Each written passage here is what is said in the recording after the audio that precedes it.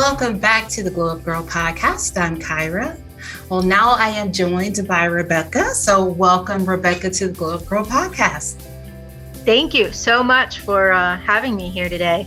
Awesome. Well, let's go ahead and dive in because I love talking about leadership and, giving people advice on how to become better leaders. So before we go down the road of you being helpful and giving the audience some advice, let's talk about you. Tell the audience who you are and what you do. Sure, absolutely. So my name's Rebecca Heidt. I pretty much build my career in food industry and moved over to the finances. I worked with Pizza Hut for about 10, 11 years. I worked up the ranks starting as what's called a CSR, answering the phones, becoming management, becoming assistant manager, restaurant general manager, and then an area coach. I was in charge of 7 stores. Also, then I moved to more finances. I work for Peachtree Financial Solutions now. And I also am an entrepreneur. So I'm a self-published author. I also on the side do paintings and commissions. So I have my hands literally in so many different things. Awesome. Yes, you are busy, my friend. Well, so let's talk about your start in management. So you started, like you said, you started at Pizza Hut and you worked your way up the ranks. As you were moving up at Pizza Hut, how did that begin to help you shape yourself as a leader? A lot of it had to do with the individuals that I had around me. Their idea of growing was so unique to me. And so when I went to Pizza Hut, I was like, I want to be a manager. I told them right off the bat, like sort of what a goal was for me. So I was ready to sprint and they were like, okay, well, let's teach you the things first. The teachers I had were phenomenal. They gave me the space to make mistakes. They told me when I made mistakes, I'd listen. I didn't take it personally. It was just to help me understand the how and the why of things work. It definitely gave me the mindset that any situation can happen. What's the best way to react to that? And how do you keep your team underneath you still on point and together? Yes. And I think, you mentioned like keeping your team underneath you, like, sort of focused. And that's so important because when there's poor leadership, at the management level and your team sort of sees the boss like always frazzled or always reacting when something changes or something's new. And that's a terrible, I think it's a terrible place to be in for team members who may not be at a place to where you're like, okay.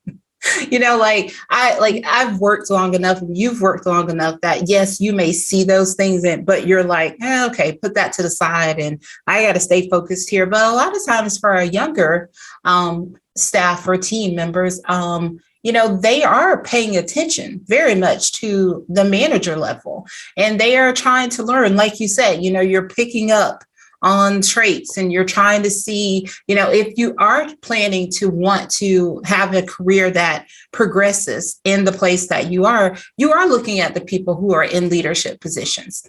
And and I think a lot of times it's like, you're thinking, okay, well, if these people are in leadership, they must be doing something right.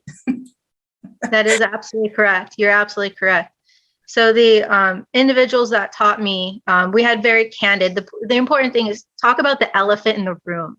Like don't sort of go around the main issue. It's never going to be fixed. So they had a very candid conversations with me and said, okay, if you continue on this route that you're currently doing, this may be a result. We just need to sort of modify the behavior a little bit to be this. And I say that when I was a restaurant general manager, because like you said, people are watching me. I was in charge of 13 to 20 people and their guidance and their training. So if I didn't know what I was doing and how to help them through situations, they wouldn't either. So we would all fail. Like my success is through their success. And that's sometimes you can't carry everybody. You have to share. You have to share it. I love that you said that because because that is key. And I think that when your team feels like you are going to be there for them and you care about them being successful. I was actually reading something this morning about like workplace culture.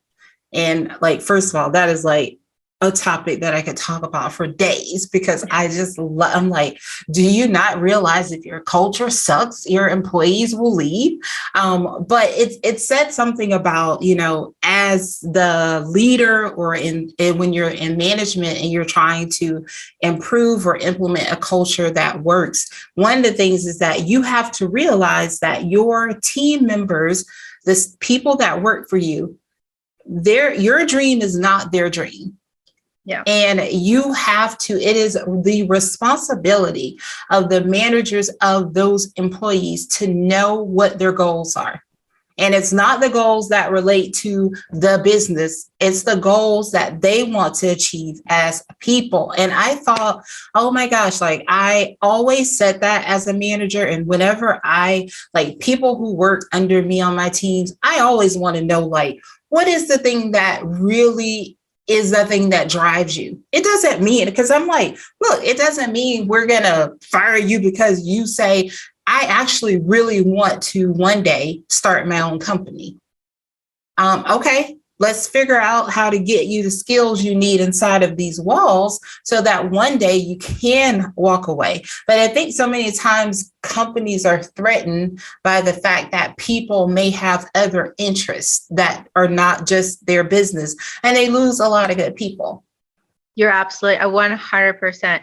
And so the cool thing about Pizza Hut is they actually have a program that helps you get a degree through a college. And I got my bachelor's through them. And some of the training that I had, so that it's called Life on Box. Like it's that kind of culture goes so far. Mm-hmm. It's more of if an employee underneath me or a coworker of mine says, okay, my goal in 5 years is to have a business, like you said.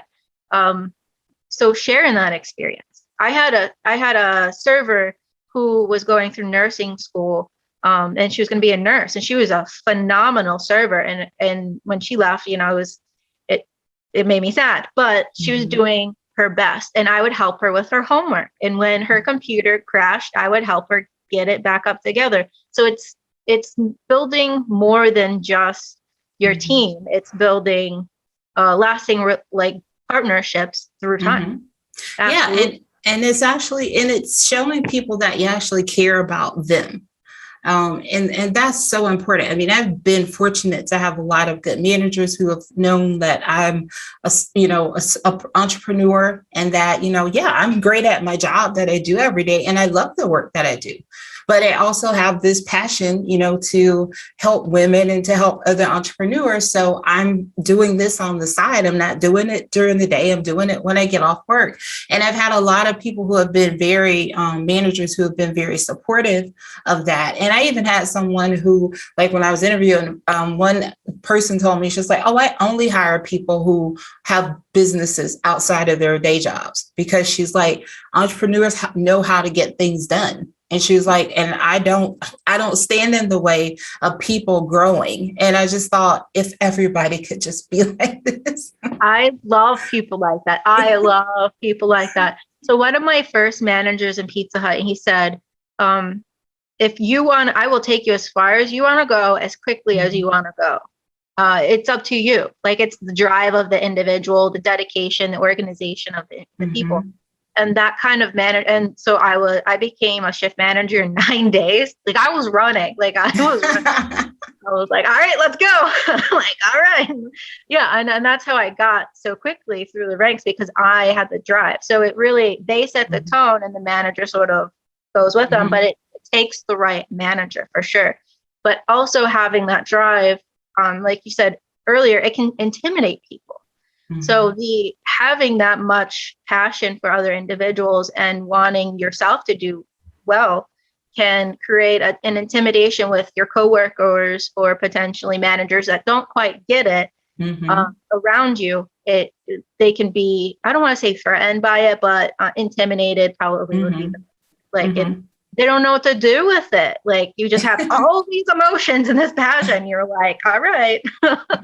Yes, I agree. I definitely agree with that. And but it takes special people to lead in a way that where you're not intimidated by those who want more. When I I remember at my previous job before the company I'm with now, I had like a lot of younger women on my team, and I always said to them, always talk to me. I was like, just always let me know what you're thinking about, here. If you're like, hey, I don't see this moving as fast as I want it to move. Like, let's have a conversation about, like, can I get you to the next level? Am I going to be able to get you to the next level? Or do we need to do something different? Because if you say, hey, I'm actually just tired, like, I think I've like run the course here and I'm ready to move somewhere else. I always told them, I was like, let me know, because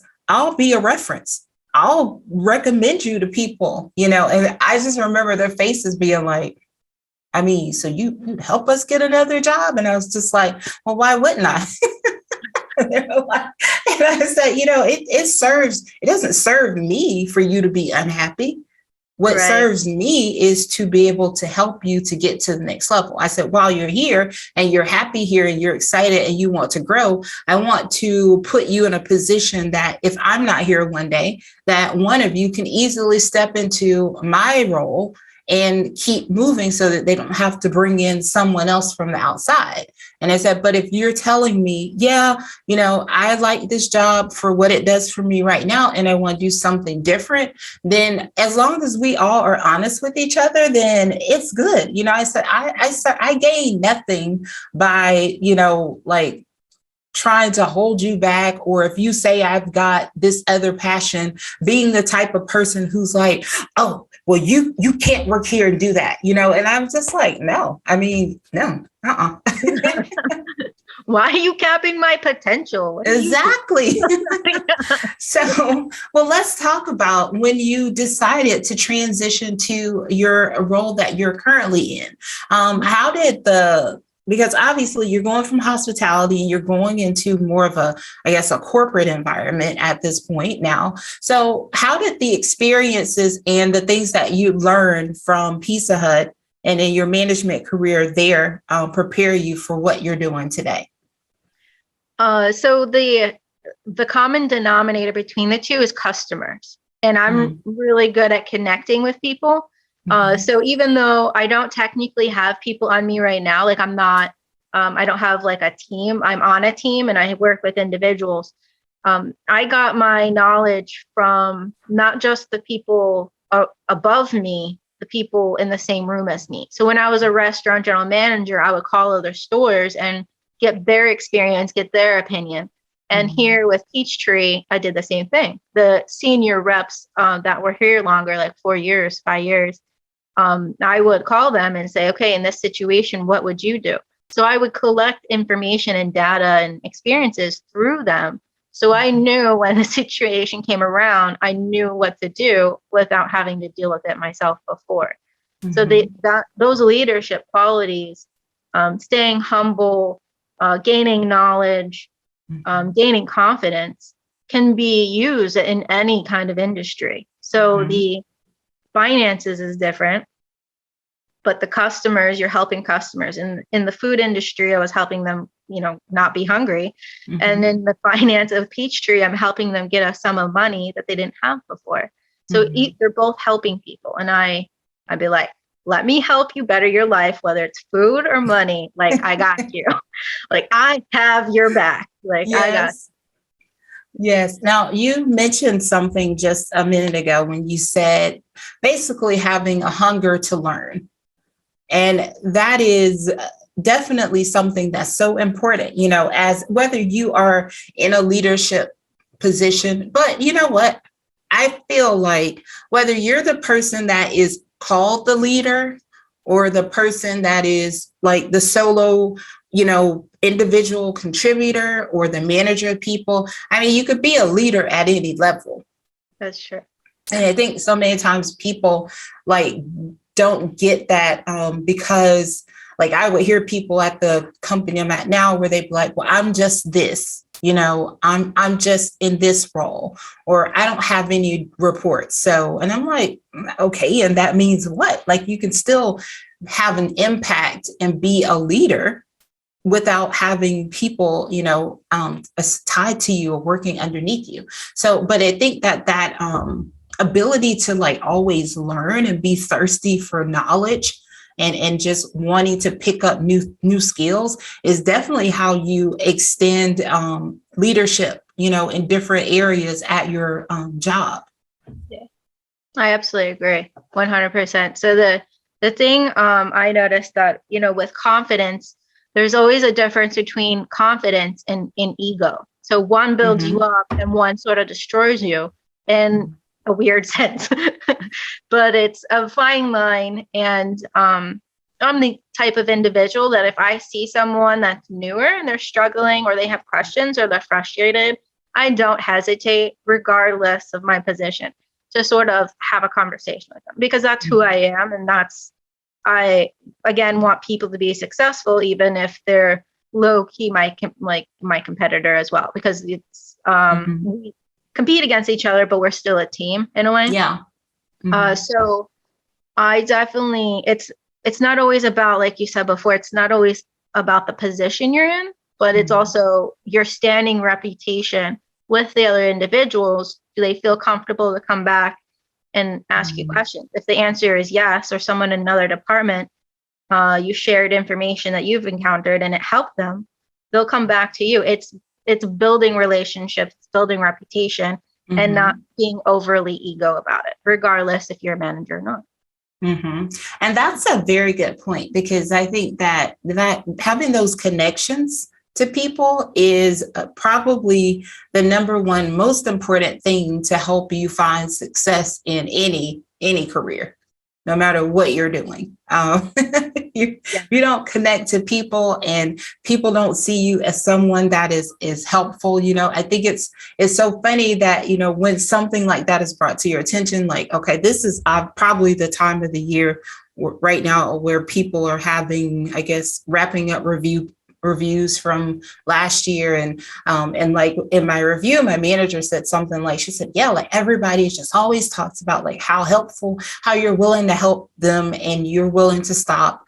And I'm just like, yeah, I mean, I just feel like if somebody needs something, they don't know how to do something, and I do know how to do it, then I'd rather just stop and try to like walk them through it and say, now this is a process that I use, but obviously we've all got to find the process that works for us. And I said, but I just don't really ever have, it's not a second thought for me to want to be helpful for my teammates. But I guess when you think about the flip side of that, is that there are a lot of people who aren't helpful, right? Yes. Yeah, it's true. And I mean, obviously there's something deeper going on there. Let's be honest, like, even though there's a work and life separation, there really like there sort of is, but there isn't. So like if you're learning to be self-sufficient at work, you're also being self-sufficient in your personal life. So a lot of the things you learn as a leader, self-accountability, it sort of organizes on both sides. So I definitely, yeah, I mean, there are individuals that just don't want to, and they keep to themselves, and that's okay. Like, you do you, and I'm going to continue to,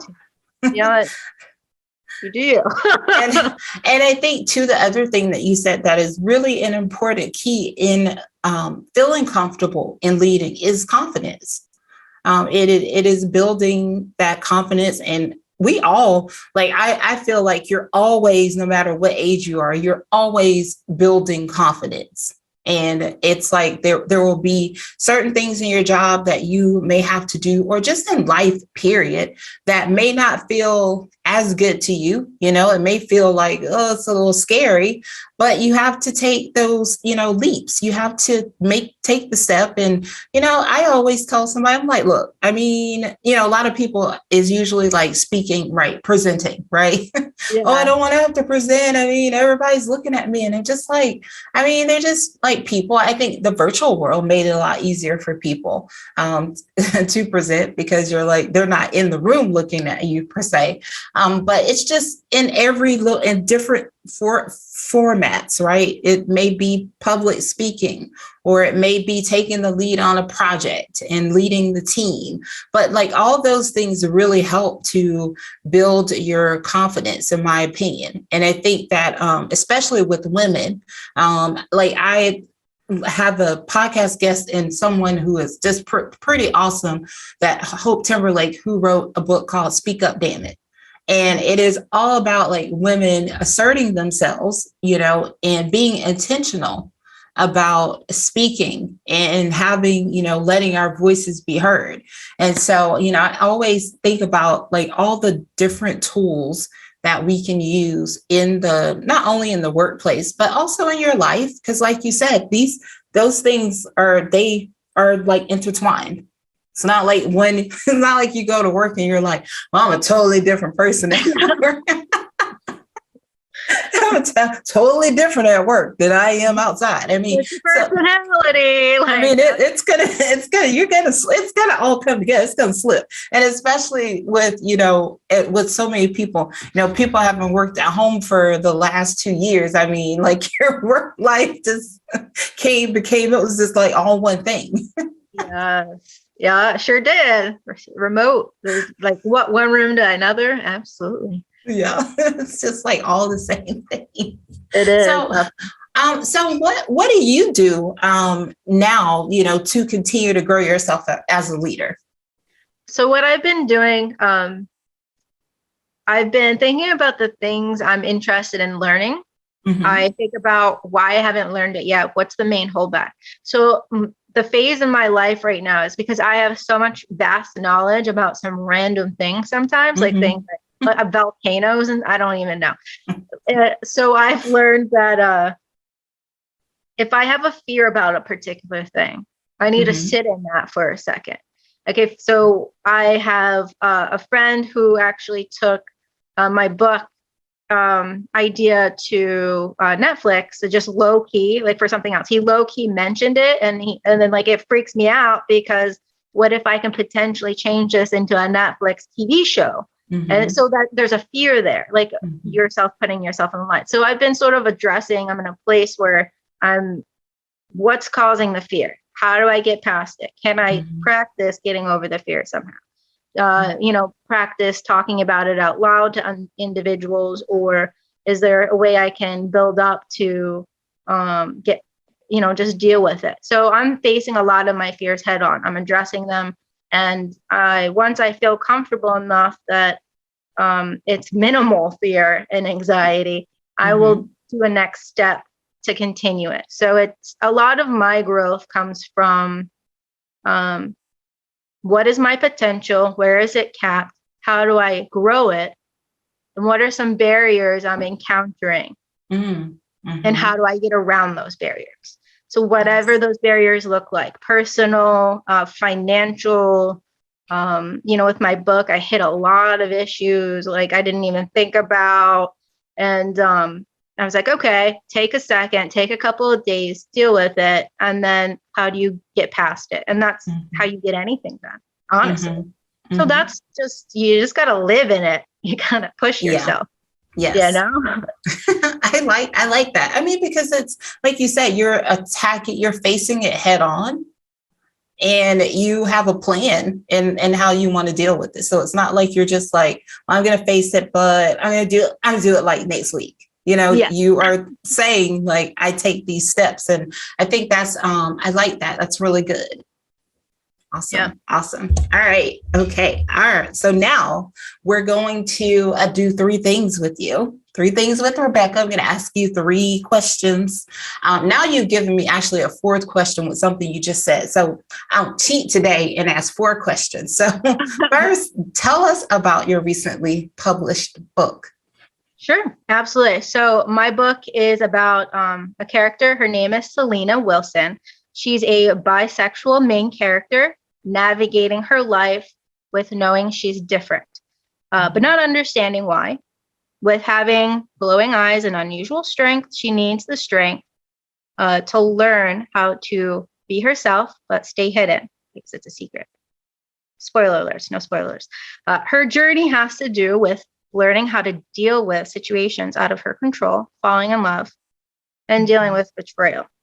So this book essentially was things I've learned through life, through different situations I've encountered, and I applied a story to it. What did I have to say? Dealing with quarantine, dealing with everything in the world, all these emotions that we aren't talking about, like AKA the elephant in the room that we're like trying to talk about, but no one really knows how to deal with it. And so the book is essentially, it's okay to feel emotions. You don't have to hide them. Not really. So how do you be yourself, deal with what's going on, and still come out on top? I mean, that's actually what the message is. I mean, by all means, read it and see what everyone sees something different, but that's why I did it. Yeah, I like that. I like that. And something you just said like resonates with me is like you have to honor your feelings.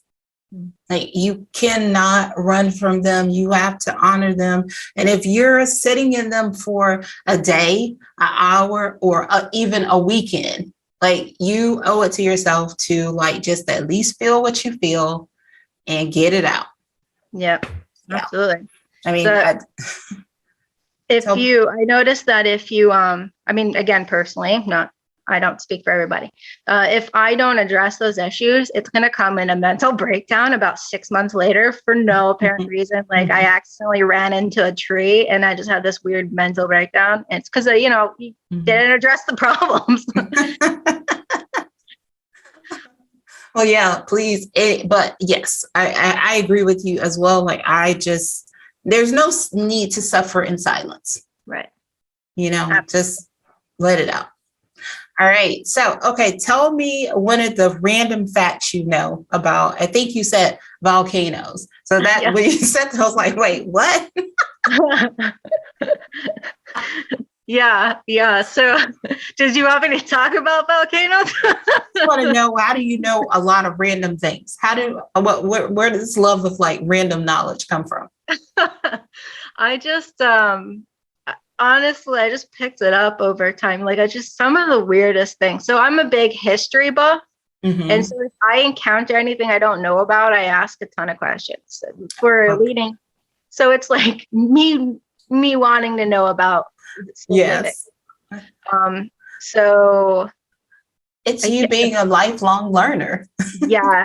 Like I'm trying to think of the weirdest thing I knew, but I can't think of it off the top of my head. So for example, the volcano, since I said I'm going to say it, there's a volcano in Colorado that's dormant, and you can go on top and walk around the edge of it and walk down inside, which is weird because it's landlocked. You think volcanoes, but no, Colorado has a bunch of like random volcano fields and stuff. So you just learn, like they have those little government, the park plaques and stuff. And if you're at the top, you can see 5 states. And I mean, it's absolutely beautiful. Yeah, just random nice stuff.